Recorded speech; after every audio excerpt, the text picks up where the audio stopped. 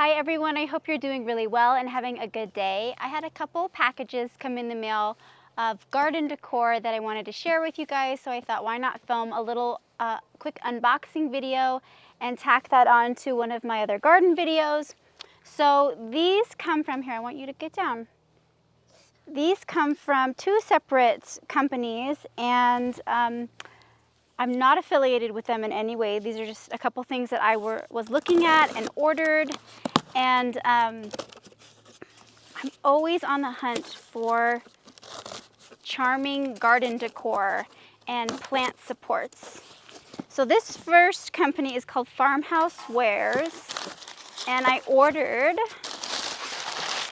this willow bee skep, which I thought was so cute for Honey Hill. And by the way, we have honeybees again. My husband just sort of surprised me one day and came home with a couple more nukes, and we have put them in a secure location so that they hopefully will be safe from any future bears. Give me a video next week and I was my mom. Okay.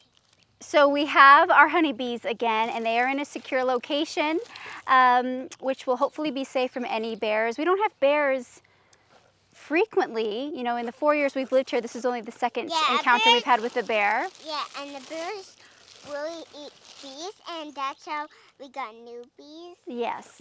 So this is a willow bee skep that I got to hang in on a tree in the garden or somewhere just for decoration primarily, and then I'll have to do a little bit more research if wild native bees and solitary bees actually use these as homes, but I thought that was so cute and perfect for Honey Hill. I will link this website down below. Okay, and then this company is called English Garden Supplies, and there is a lovely gal who makes these willow plant supports, and I believe they are out of stock right now because of course they are all handmade, so supplies are limited, but I think they should be getting more soon. I'm going to take it out. And this cutest. Do you know what this is? Yeah, this for your plants. It is for plants. This is a peony support. Yeah. Which all of my peonies are a little bit big right now for this to actually function, but I think I'm going to put it over my bush clematis, which is behind me, and let that support it. But I love these. She actually has a video tutorial on YouTube, which I will link down below too, of how to make these, and I'd love to try to make them myself someday. But I love supporting makers and handmade things when I can, and I just thought this was so beautiful, so I am so excited to add this to the garden. So that is what I picked up from those two companies, and now I'm going to go put them in place in the garden.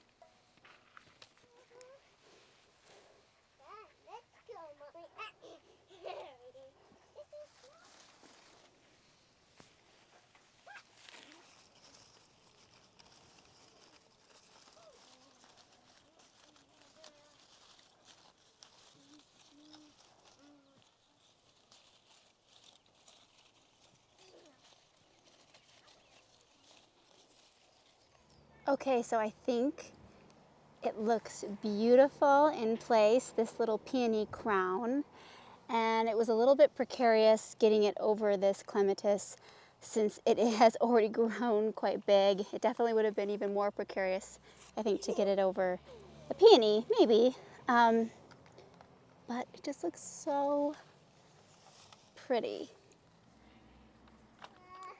Okay, so here's where I placed the bee skep.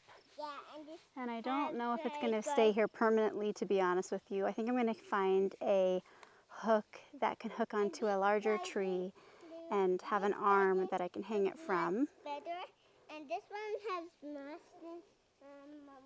my favorite dialects. We'll just have to see. It might be a little bit heavy for this Quonset cherry tree branch, and it might be a little bit too low, but I'm going to do a little bit of looking around.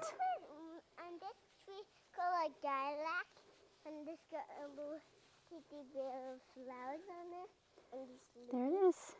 and this flower. Hello again. So it is a new day. We have been absolutely inundated with rainstorms, and I'm not complaining. We absolutely need the rain. But this is several days later, and I'm going to be planting out a cartload of gorgeous, sun-loving, pollinator-friendly perennials that are deer resistant, every single one of them. And they are going to be a wonderful addition to my prairie border out front, which in all of this rain that we've gotten, this was a bed that I created using the no-dig method, actually testing out for the first time, primarily not using cardboard, but landscape paper. And to be totally honest, although I did my best to overlap the paper so there weren't gaps where light could come through, there were some of those spots, but even so, there's quite a bit of grass popping through already. So that's a little bit disheartening. I'm gonna try to figure out a way to rid the bed of that grass and just kind of mull that over for a couple days. It's a little bit tricky to just hand pull at this point because there is that layer of paper. So when I go to hand pull, it's actually ripping up the paper, which is making more gaps of light to come through. So I'm gonna try to have to see exactly how I'm gonna tackle it. But we are not gonna be focusing on weeds today. Today we're gonna be focusing on this beautiful cart full of gorgeous, sun-loving, deer-resistant, pollinator-friendly, easy to grow perennials. So on my right, I have 3 of these beautiful blue Veronica. This variety is from Monrovia, and it is called Veronica Blue Veronica. They get 14 inches tall, 16 inches wide. They are hardy in USDA zones 4 through 9. They take full sun to light shade. Next up, I have this gorgeous salvia, also from Monrovia. This variety is called Rose Marvel. It gets 12 inches tall, 12 inches wide. It is hardy in USDA zones 4 through 9, and it is beloved by pollinators. I have had honeybees all over it as it's been sitting in this cart. And then over here, I have 6, 3 of each variety. I have 2 varieties here of Echinacea. I have 3 of the standard Echinacea purpurea, and also known as purple coneflower. This one grows up to 36 inches high, about 24 inches wide. They are hardy all the way down to USDA zone 3 through 9.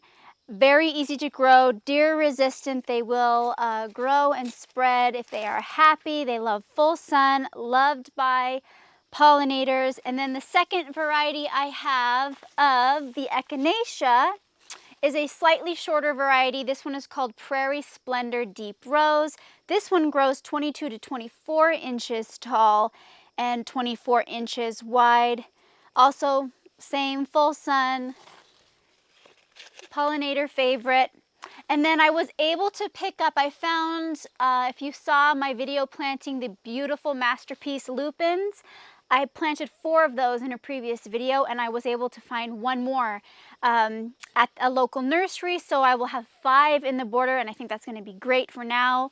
We'll keep my eye out for more in the future, but I think 5 is a perfect number for the moment. And then I have, last but not least for today, are these gorgeous verbascum. This variety is called Jackie, and I love this peach color with this beautiful like berry grape wine center. Just a stunning variety of verbascum. These, after bloom, just cut them back and they will rebloom in the summertime. This variety is about as tall as it's going to get, 16 to 18 inches tall. They grow 12 to 18 inches wide. So this variety is hardy in USDA zones 5 through 9. Now these are a shorter lived perennial. Typically the mother will last only 2 to 3 years, but you can actually divide off the little offshoots from the mother plant and spread them around and multiply your stock that way. But I'm so excited to add these to the prairie border. They're going to be easy to grow, low maintenance, pollinator friendly, deer resistant, sun loving, all the good things. Let's get them planted.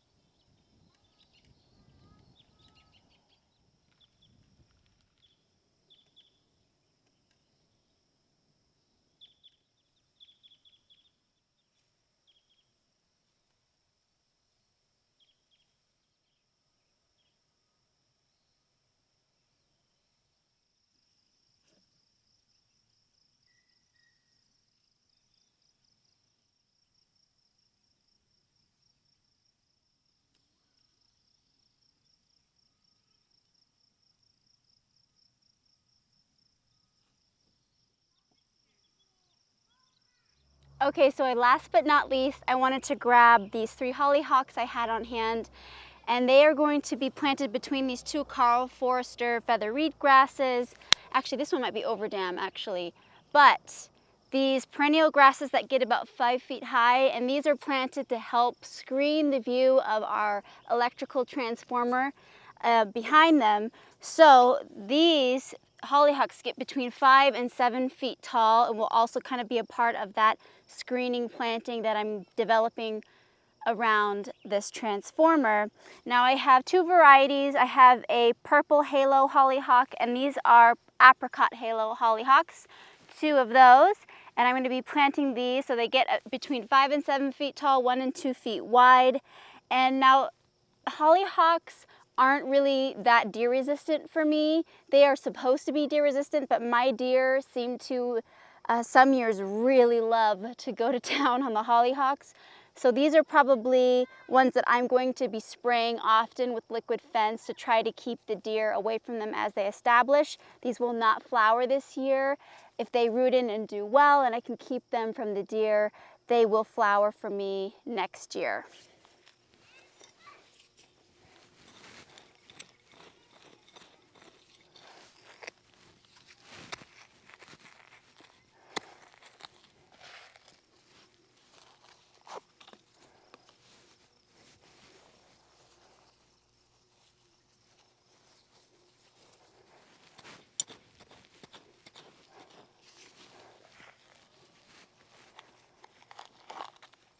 Now these hollyhocks are hardy down to USDA Zone 3. However, hollyhocks really are a short-lived perennial. They live about 2 to 3 years, but they do self-seed if they are happy, and I have them around my garden that have self-seeded from their mother plant.